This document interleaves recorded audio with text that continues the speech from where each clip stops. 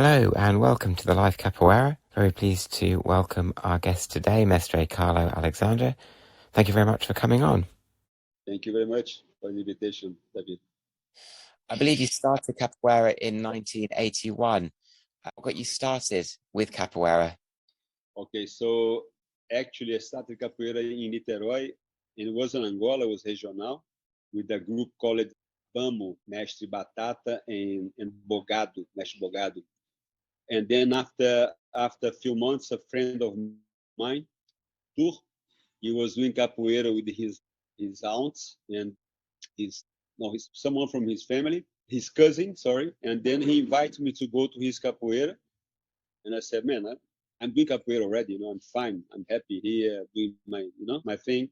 Then, okay, whenever he wants. And then after 2 weeks, I went to visit his master, Mestre Marco Aurelio. And when I arrived in the backyard of Marco Aurelio, Mestre Marco Aurelio, he was playing with a guy in his garden, earth and garden. And I was looking, I sat in a kind of wall, and I looked to his Marco Aurelio playing with the students, very close to the floor, capoeira Angola. I was like, I looked to Arthur, I said, Arthur, this is not capoeira. Arthur said, yes, that's capoeira Angola. So that was the beginning, really, when I really met capoeira Angola, in the backyard of my master, 81. Wow. And did you always know that you might be on the path of becoming a mestre, or did it gradually grow before capoeira became your whole life? I never thought about getting any title in capoeira, never. But I was engulfed by that, somehow, because I was a physiotherapist, and for my life was always be searching about movement, understanding biomechanics, blah blah blah, and capoeira came together with that in terms of it was something that gave me knowledge about movement. So I was using capoeira in my profession as a physiotherapist, teaching people movements, functional movements from capoeira. So I was using that already without any ideas about I'm going to be a master, going to be living on capoeira.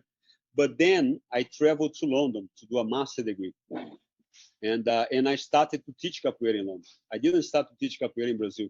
I started in London in '96. In Brazil, I was just a student, so I have no pretensions of being a master or teacher, contra maestro, whatever. But in London, suddenly I was teaching capoeira, earning money with capoeira, and I was really happy with that.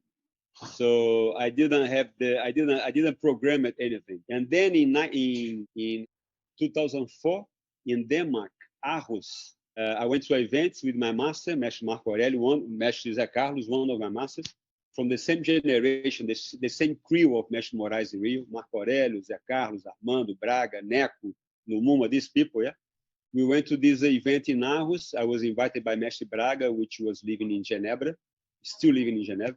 And then Zé Carlos sat on my side, Mestre Neco sat in front of me, having a coffee, and he told me, today you're going to be receiving a title of master, of mestre.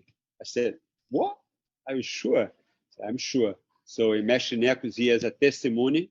Are you okay with that? I said, absolutely, I'm ready. And we went to the roda, and I received a huge rasteira, beautiful rasteira from Mestre Edison, from Rio as well. And that was my batizado in Aarhus, Denmark. So I went straight to master, not trainer, not contramesh, not instructor, nothing like that.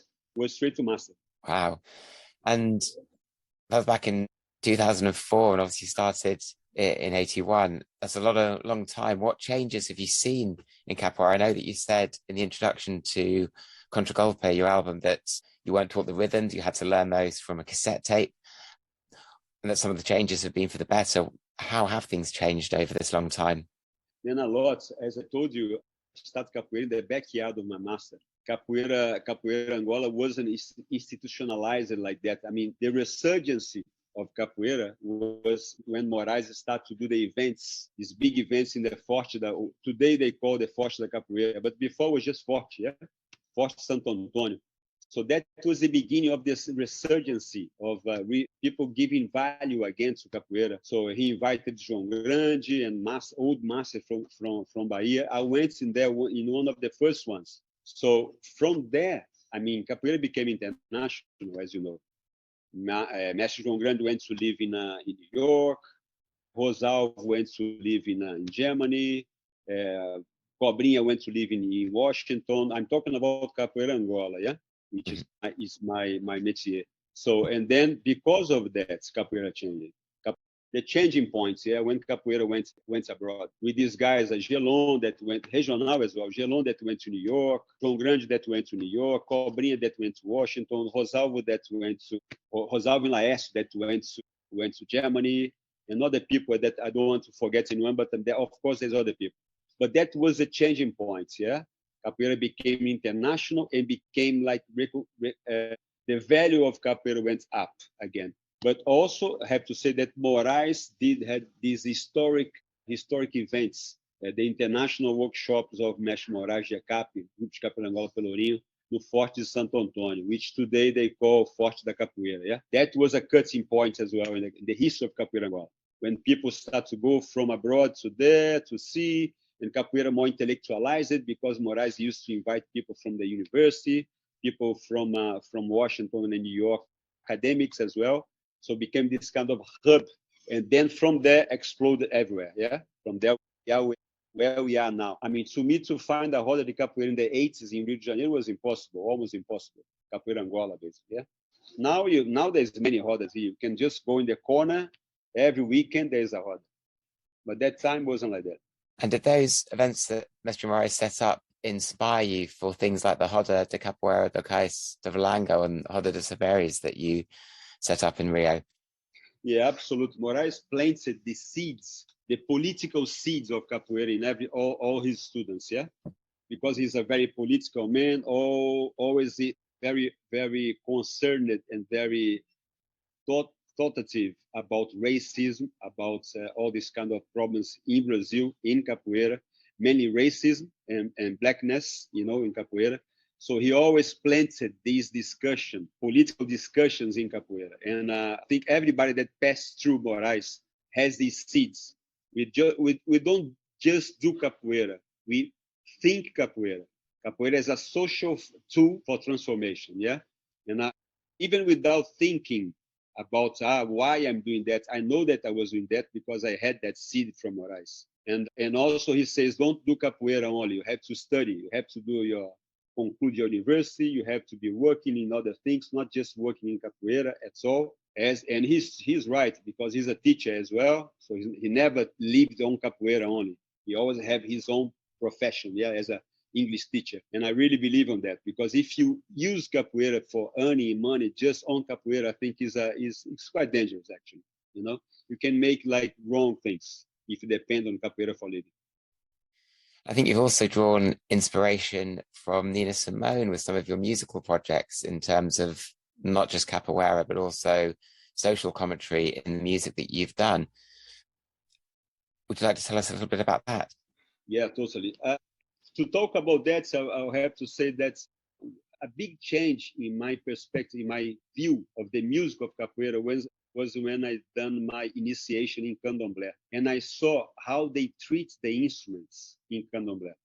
They treat the instruments as beings, as they have life, as sacred things, sacred items. So from that initiation, which I was like 21 days taking part on all these rituals in candomblé, I saw how they deal with these aspects of candomblé, the musicality. Musicality in candomblé is sacred, and how they make it sacred is amazing. So they give food to the tabac, they dress the tabac, they treat the tabac as someone, as a human being. And from that moment, I perceived that you need to learn a lot about the instrumentation, about the instrumental of capoeira to make the magic happen, to make beautiful games happen, make like the phenomena of the game becomes sacred as well. Sacred, when I say sacred, is not in a religious way. Okay, it's just like you feel that you are doing something there is more there that connects you with yourself, connects you with your essence, and connects you with the nature as well. So music for me is the beginning of capoeira. Without like this very careful way of playing music, your capoeira will be not complete. You'll be missing something there. Yeah, but that I learned not in capoeira, I learned in candomblé. And then I use this knowledge in capoeira as well. How to tune the berimbau, how to sing on the tuning. You know, it's very important to be tuned, not like singing just because you are playing, but you have to play with the singing. You have to play with the instruments as well. And this is something for me that's made me start to record. I said, okay, then I want to go deep on that. I want to learn how to go to a studio, how to do the mic, how to make everything work, to have the best music for us. And I'm still learning. I'm not saying that I do the best music in capoeira at all. It's a learning process, a life learning process. Yeah. And your latest album that's come out in Cantarias is the end of a trilogy that's helping to celebrate indigenous ancestral knowledge and connecting people with their ecosystems. Yeah. Would you like to tell us about the latest album that you've just released? Okay. The last one we released was Stories of Plantas. Yeah. It was because of Bolsonaro, because all the attacks he was doing in Brazil against the native people and against the forest. I said, well, time to talk about that. Yeah, time to talk about the roots of capoeira, also the native roots of capoeira, because we have also these parts in capoeira as well, the trees and the nature that we talk in the singings that come from candomblé. I'm trying to bring these aspects of Brazil to capoeira as well, because we talk a lot about the past, about what happened in Brazil. I want to talk what's happening now, what's going on now in Brazil. And what's going on in Brazil is Amazonia, is the ecology, is global warming, is extinction of animals, is and how the native people protect the forest, how the native people, the indigenous people in Brazil protect the animals. I want to learn with that. So this album, Encantados is like the enchanted ones, the magic beings, the magic entities of Brazil, which is like many, not just from candomblé, but from the native people as well, and from the caboclo, which is like the miscegenation of African black people and the indigenous. So they have many myths about these entities. And I'm going to Maranhão to research during 2 weeks to learn, to interview these people in Maranhão, which is a state full of encantados. Yeah. So to bring this knowledge to capoeira, because this knowledge is about protecting the environment, protecting the native knowledge, protecting the ancestral knowledge they have. So I want to bring this to capoeira and give more value to that as well. Mixing with candomblé, but not just with candomblé, with the African knowledge, but also with the native caboclo knowledge of Brazil. And as well as your musical projects on the go, I believe you have a book that's going to be coming out. Yeah, and the book is a completely different idea. Yeah, it's not about the Encantados. The book is about myself somehow. It's an autobiography. Yeah. When's the book going to be released? The book gonna be now end of August on Amazon. It's like I can tell you maybe done a list of the. It's like a book with 10 chapters. I start with my beginning on capoeira. As I told you, I met Marco Aurelio, so I start talking about this story. And then I go to Pulo do Gato, which is like the jump of the cats. It's my game with João Grande in New York, in Salvador in 1998, when I had 87, when I had the first game and last game with João Grande. And it was like epic because, well, you're going to see the book. It's a beautiful story that I have in my heart and I have in my body as well, as I have a scar from this game. And then I go to the making of a drum, to make the making of an atabaque with the same recepts of candomblé, atabaque for use in our rodas. This atabaque today lives in London, actually. And then I talk about a roda we've done in the church, inside of a church in Rio de Janeiro. And then I talk about my traveling to Martinique to see the Laja, which is like a cousin of capoeira. It's a martial arts, combat martial art as well in Martinique. So there's many moments of my life which I think there is some knowledge which can be used, some values, some lessons which can be used for capoeira, some secrets that I'm talking about as well. I'm looking forward to it. For our listeners, you can, as well as buying the book on Amazon, when it comes out at the end of August, you can find Mestre Carlo's musical catalogue on Bandcamp, and I'll link to that in the description. The last question I like to ask is, what is capoeira? Well, everybody, well, to all the people that have asked that to me, I start from Mestre Pastinha quotes, yeah, because it's much easier to respond. So capoeira is everything mouths can eat, yeah. And this quote is not from Pastinha. This quote is from Exu. Exu is an orisha in capoeira, yeah. Some people bad comparing is a mistake, yeah. Compare Exu with the devil, okay? So the trickster. But Exu is much more than that. Yeah? Exu is a god of communication. Yeah, Exu is a god of that communicate the heaven with the earth. So people with the gods. So he's the one. He's the one that everyone to start any plans in candomblé. Brazilian people that are from candomblé to any plans they ask permission for to Exu. Okay, so Exu is everything mouth can eat. Is a communicator. So I think capoeira opens your mouth to the words, makes you see the word in a different perspective, upside down somehow. So it's a subversive martial philosophy of life. So to you see through the reality, what is behind the reality. So capoeira teach me to see Brazil, a Brazil that I didn't see before capoeira. Capoeira taught me how to see Brazil, to understand Brazil, to understand the real problems of Brazil. If it wasn't capoeira, I possibly, Davi, would be a lawyer. I would be a doctor, or I would be an engineering. Because of capoeira, I'm a thinker. I think Brazil. I think people. I think my relationships. Capoeira have teach me that this way of being, yeah, looking to the world cross the reality. And because of the game, because of the performance, because capoeira is not it's not a reality, yeah. Capoeira is extra reality, yeah. You go to the roda and you are doing a performance. You are not living a normal life in the roda of capoeira. So that was my learning from capoeira to observe the world from a different angle.